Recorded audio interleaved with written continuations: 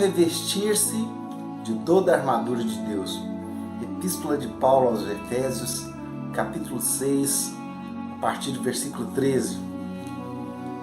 Portanto, tomai toda a armadura de Deus, para que possais resistir no dia mau, e depois de terdes vencido tudo, permanecer inabaláveis. Estai, pois, firmes, tingindo-vos com a verdade, vestindo-vos da couraça da justiça, calçai os pés com a preparação do evangelho da paz, embraçando sempre o escudo da fé, com o qual podereis apagar todos os dardos inflamados do maligno. Tomai também o capacete da salvação e a espada do Espírito, que é a palavra de Deus, com toda oração e súplica, orando em todo o tempo no Espírito, e para isso vigiando com toda perseverança e súplica por todos os santos. Meus irmãos, precisamos entender em que contexto Paulo escreve esta epístola aos irmãos em Éfeso. Paulo, na sua terceira viagem missionária, ele se desloca de Corinto, capital da província da Acaia, e ele fixa residência em Éfeso por 3 anos. Éfeso é a capital da Ásia Menor, com mais de 300 mil habitantes. São anotações aqui do reverendo Hernandes Dias Lopes. Éfeso, capital da Ásia Menor, com mais de 300 mil habitantes, considerada a 5ª cidade do Império Romano. Havia nessa cidade uma das 7 maravilhas do mundo antigo, o templo da deusa Diana dos Efésios. Diana para os romanos e Ártemis para os gregos. Esse templo era 4 vezes maior do que o Partenon de Atenas, tudo bordejado de ouro. Éfeso, visitado pelas caravanas do mundo inteiro, tinha um comércio aquecido pelos turistas que visitavam o templo e compravam estatuetas das deusas Diana. Uma cidade idólatra marcada pela feitiçaria e o ocultismo. Com a pregação da palavra, o ocultismo colapsou. As pessoas iam se convertendo e queimando em praça pública os livros de magia. A palavra de Deus prevalecia. Paulo usou de forma estratégica a cidade de Éfeso para implantar novas igrejas. Quais são elas? Esmirna, Tiatira, Sardes, Filadélfia, Hierápolis, Colossos, Laodiceia e Pérgamo. Pérgamo era a 2ª maior cidade da Ásia. A igreja de Éfeso torna-se estratégica, superando a igreja de Jerusalém e a igreja em Antioquia da Síria. Da cidade de Éfeso, o apóstolo Paulo escreve 2 cartas à igreja de Corinto. Timóteo foi o pastor sucessor de Paulo na igreja de Éfeso. Posteriormente, o apóstolo João torna-se pastor da igreja de Éfeso. Maria, mãe de Jesus, fixa residência em Éfeso para ser cuidada pelo apóstolo João, que mais tarde a gente sabe que João foi levado preso à ilha de Pátimo, onde ele escreveu o livro do Apocalipse. E aquelas 7 igrejas do Apocalipse, que ele escreve as cartas, são as igrejas implantadas por Paulo nesse período em que Paulo ficou em Éfeso. O avivamento foi muito grande ali em Éfeso. Você pode perceber em Atos dos Apóstolos, no capítulo 19, conta a história dessa igreja ali em Éfeso. Uma coisa interessante a gente entender, Paulo volta para Jerusalém, é levado preso para Cesareia, onde permanece por 2 anos. Mais tarde, quando levado à prisão em Roma, escreve as epístolas aos Efésios, aos Filipenses, aos Colossenses e a Filemon. Então, Paulo está numa prisão domiciliar. É importante a gente entender isso aqui. Ele é escoltado por 2 soldados, à direita, à esquerda. Então ele sente a necessidade de escrever uma carta aos irmãos em Éfeso.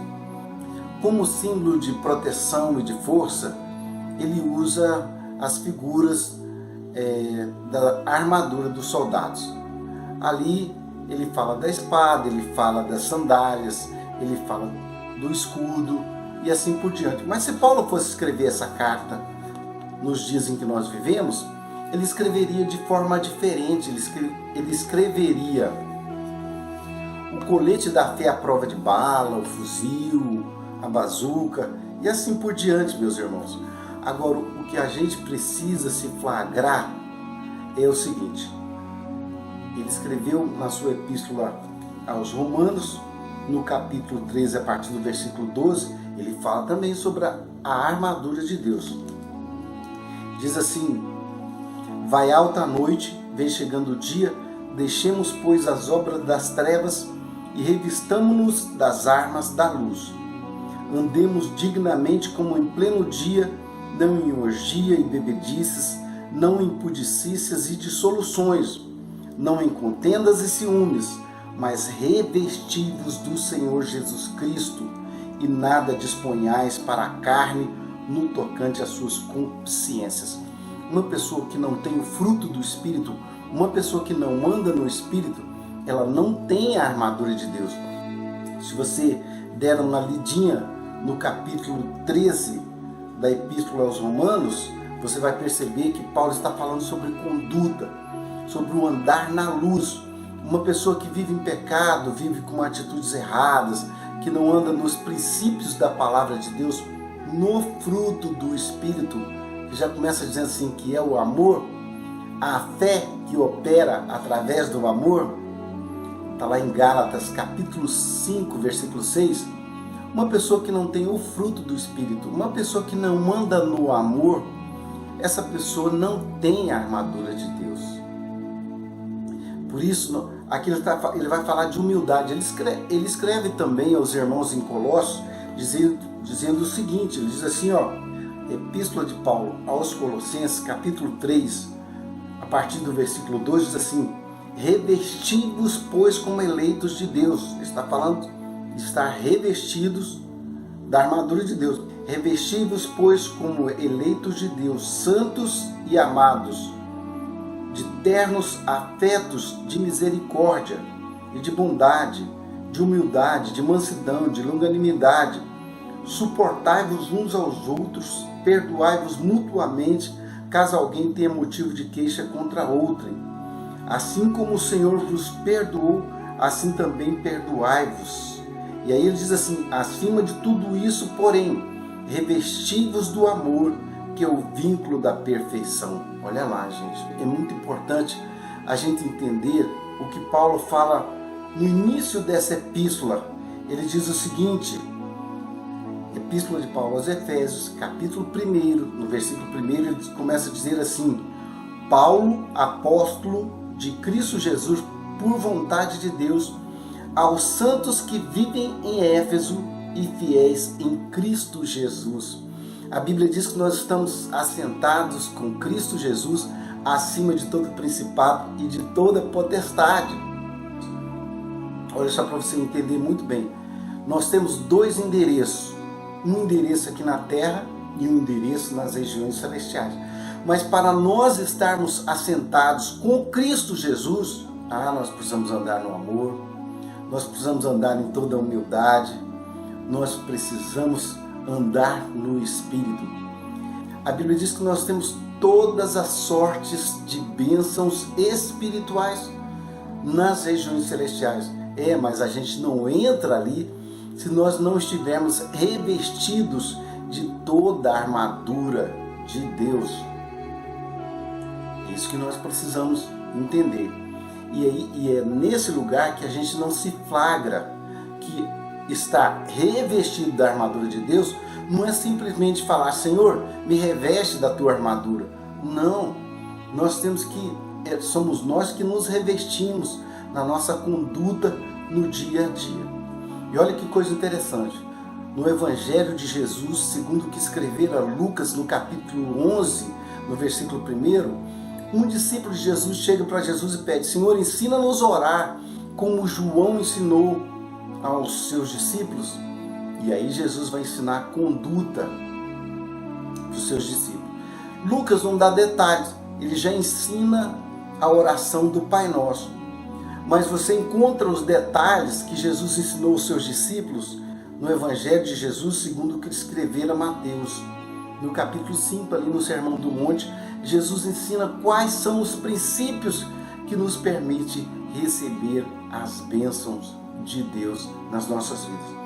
Mas antes de dar continuidade a isso que eu estou falando nesse momento, deixa eu ler para vocês Lucas capítulo 11, versículo 21 e 22, diz assim, quando o valente bem armado guarda a sua própria casa, fica em segurança todos os seus bens, sobrevindo, porém, o mais valente do que ele, vence-o e tira-lhe a armadura em que confiava, ele divide os despojos. Gente, o valente está bem armado nos lugares celestiais.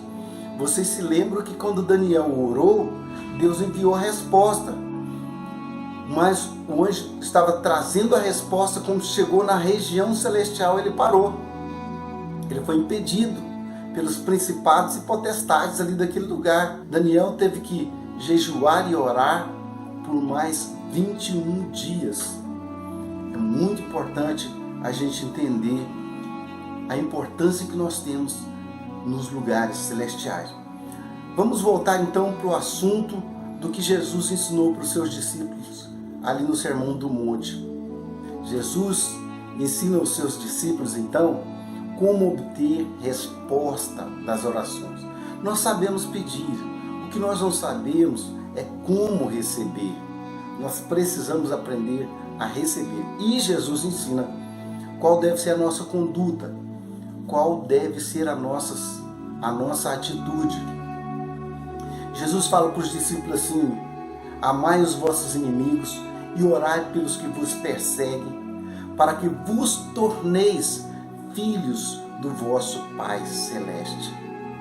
Uma coisa é orar, a outra é receber resposta das orações. Orar tem mais a ver com a vida que a gente leva do que com os pedidos que a gente faz. Se nós não andarmos na luz, é bem provável que nós não vamos receber respostas das nossas orações. A Bíblia diz, pedis e não recebeis, porque pedis mal. A Bíblia também diz, e é certo que se pedirmos alguma coisa segundo a sua vontade, Ele nos concede. Então Jesus ensinando aos seus discípulos como obter resposta das orações, Ele diz assim, todo que pede recebe, quem busca vai achar, aquele que bate abrir-se-lhe-á. Qual é o pai que se o filho lhe pedir pão lhe dará uma pedra?